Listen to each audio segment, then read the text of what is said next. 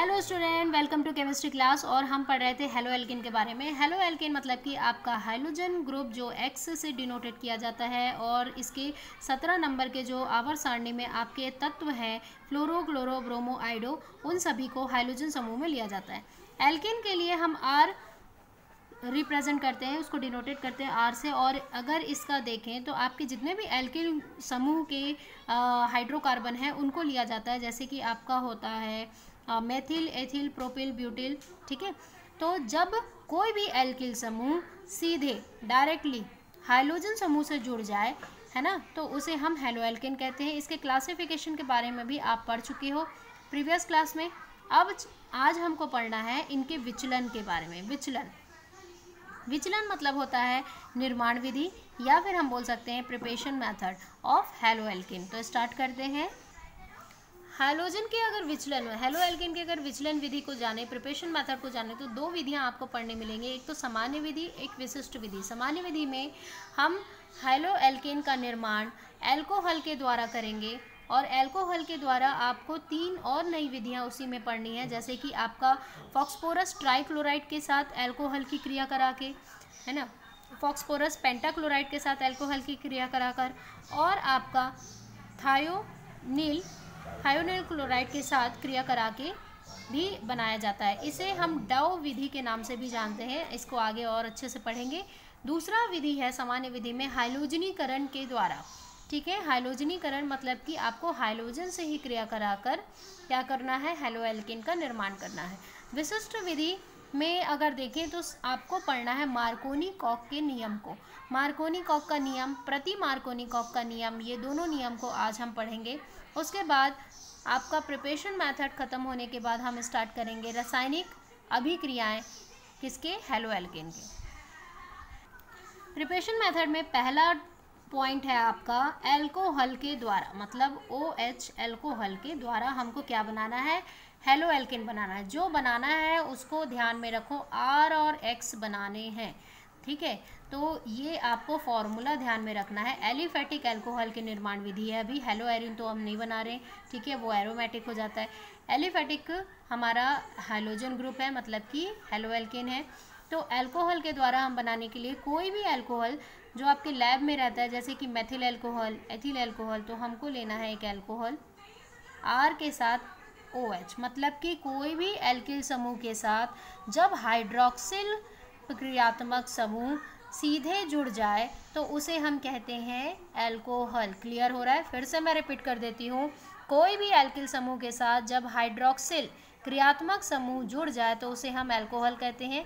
आप चाहो तो इसे सूत्र में भी लिख सकते हो, CH3OH। मैंने कोई भी एक एल्किल समूह ले लिया, आप ब्यूटिल ले लो या फिर एथिल ले लो, एज यू विश। अब इसकी क्रिया किससे कराएं? अब देखो हमारे पास R मिल गया, यहाँ पे R है, CH3 है, मतलब R है। किसकी कमी है? X की कमी है। ठीक है, तो हम क्या कर सकते हैं, इसमें एक एसिड डाल सकते हैं, है ना, तो HCl। ठीक है, तो अगर देखें तो यहाँ पे HCl हाइड्रोक्लोरिक एसिड जो आपका अम्ल है, वहाँ पे H और Cl हाइड्रोजन और क्लोरीन के मध्य एक बंध होता है। एक बंध बनाने में 2 इलेक्ट्रॉनों का सहयोग होता है। याद रखना, कोई भी एक बंध जब बनता है किसी के भी मध्य, मान लो A एक आपका परमाणु है और B एक अणु है, दोनों के मध्य जो बना हुआ बंध है उसमें 1 और 2 इलेक्ट्रॉनों का सहयोग होता है। ठीक है, तो यहाँ पे भी देखें तो HCl में 2 इलेक्ट्रॉनों का। अब इनका समविदलन कर लें, तो समविदलन करने पे इस तरीके से हो गया। ठीक है, अब यहाँ पे भी देखें तो बंध में आपको 2 इलेक्ट्रॉन दिखाई देंगे। यहाँ पे भी आपका समविदलन की प्रक्रिया होगी। समविदलन मतलब होता है समान तौर पे विभाजित होना।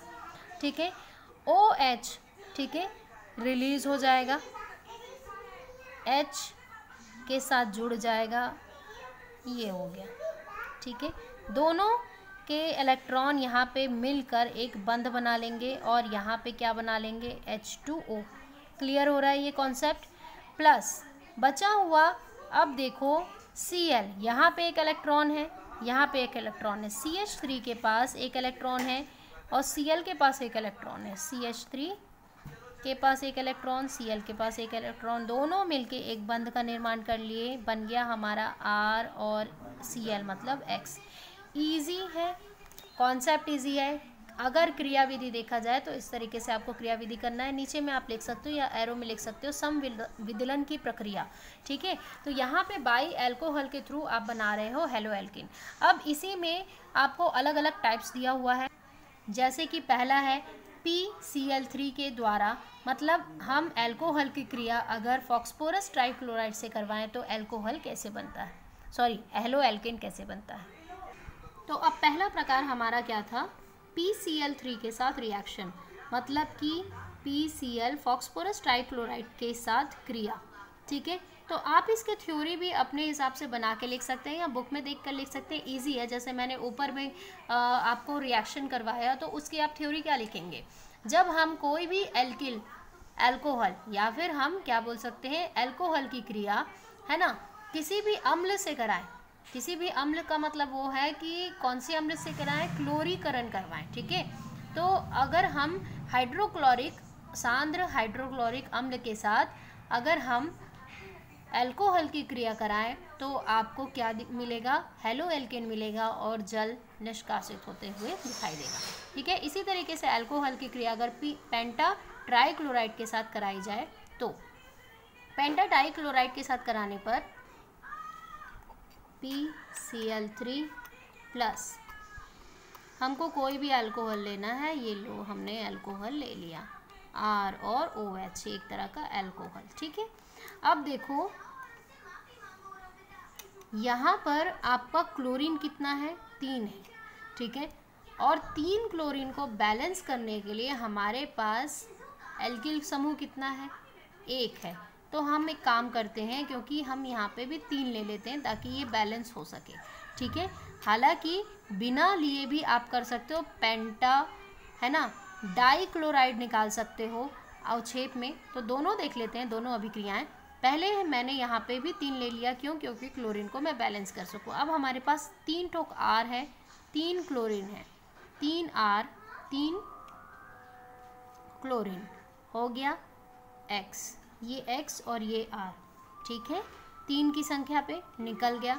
बचा हुआ हमारे पास क्या प्रोडक्ट है, P O कितने हैं, 3, H कितना है, 3, ठीक है।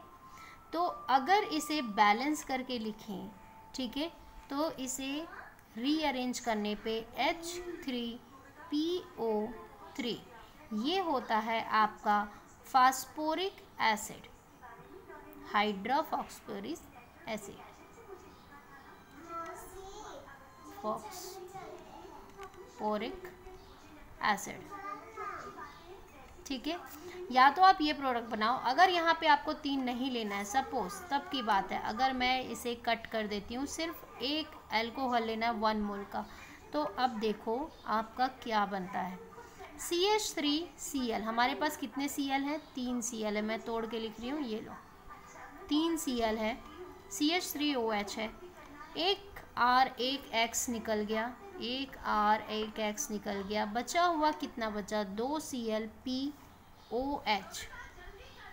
यहाँ पे लिखना है फॉस्फोरस डाइक्लोराइड, ठीक है।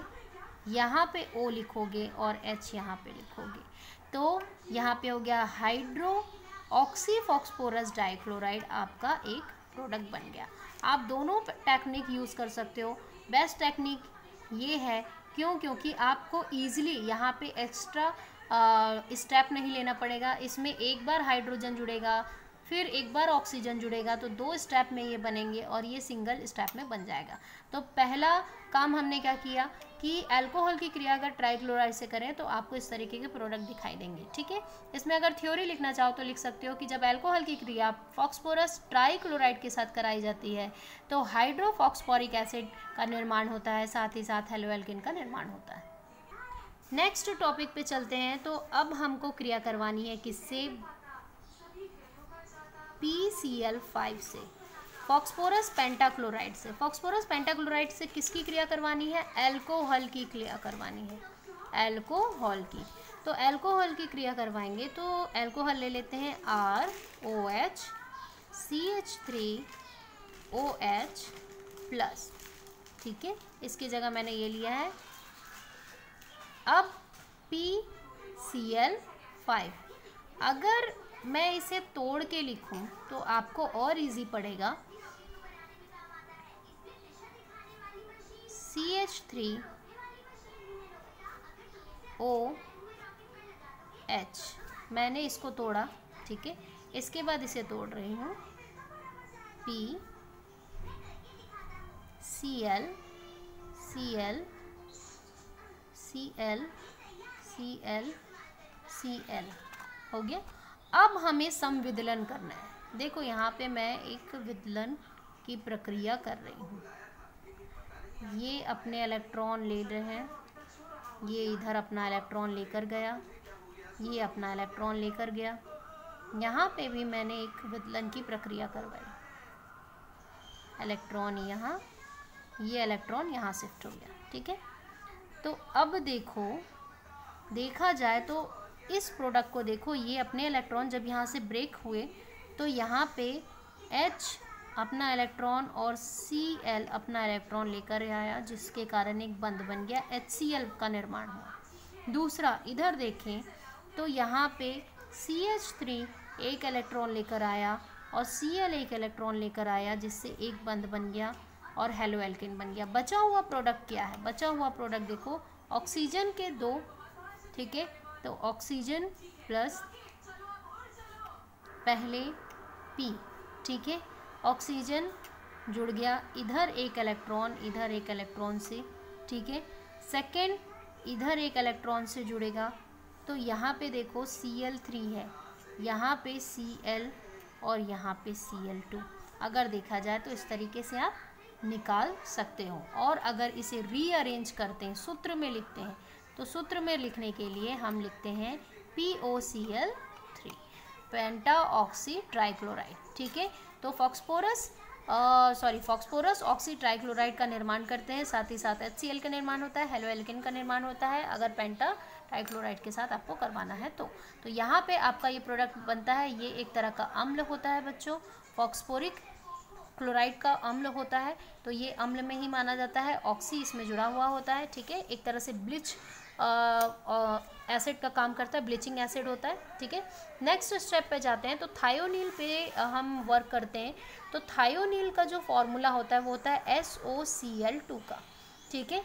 इस थायोनील क्लोराइड कहा जाता है इसे, मतलब कि ऑक्सी सल्फर डाइक्लोराइड को हम थायोनील क्लोराइड कहते हैं। याद रखना, थायोनील क्लोराइड का फॉर्मूला है। अब इसका रिएक्शन किससे करवाना है? अल्कोहल से। CH3OH से जब हम थायोनील डाइक्लोराइड का क्रिया करवाते हैं तो हेलोएल्केन का निर्माण होता है। अब इसे भी मैं वैसे ही तोड़ के लिख रही हूँ, CH3OH S, ठीक है, ClO।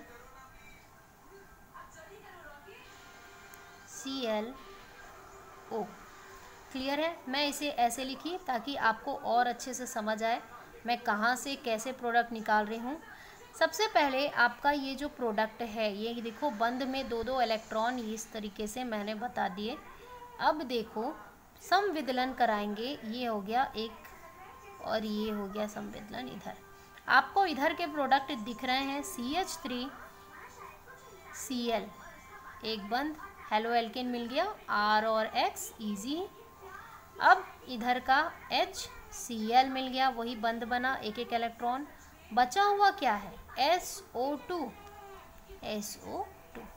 तो इस तरीके से आप थायोनील की अगर अल्कोहल से क्रिया कराते हैं तो आपको इस तरीके से प्रोडक्ट मिलता है, जिसमें सल्फर डाइऑक्साइड, आपको HCl और हेलोएल्केन मिलेगा। अब इस विधि को हम क्या कहते हैं? डार्जन विधि के नाम से जानते हैं। कौन सी विधि? डार्जन विधि।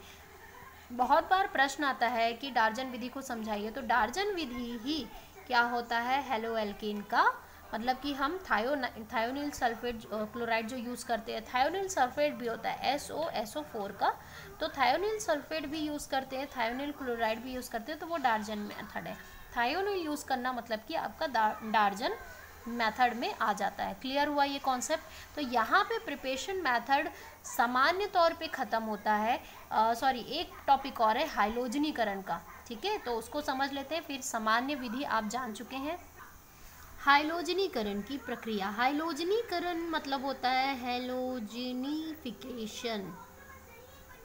हाइलोजनिफिकेशन एक ऐसा प्रोसेस है जिसमें हम कंटिन्यू क्या करते हैं, या तो क्लोरीन से, या तो ब्रोमीन से, या तो आयोडीन से हमको रिएक्शन करवाना होता है और हमारा हेलो एल्केन बनाना होता है। तो हम किससे रिएक्शन करवाएंगे? अल्कोहल से ही रिएक्शन करवाएंगे। तो हमारा CH3OH को क्लोरीकरण करना होता है। तो देखो बहुत सिंपल है, इसे भी अगर मैं तोड़ूं तो ईजिली आपको इस तरीके से टूटता हुआ ये दिखाई दिया, ठीक है। अब देखो यहाँ पे 2 क्लोरीन है, मैंने यहाँ पे एक क्लोरीन लिया, यहाँ पे एक क्लोरीन लिया और ये बंध बना दिया, ठीक है। अब विदलन हुआ ये यहाँ और यहाँ का, हमारे पास बचा क्या? सिर्फ O बचता है, सिर्फ एक ऑक्सीजन बचता है। तब हम क्या करेंगे यहाँ पे कि अब हमारा यहाँ पे H2 गैस लिया जाएगा।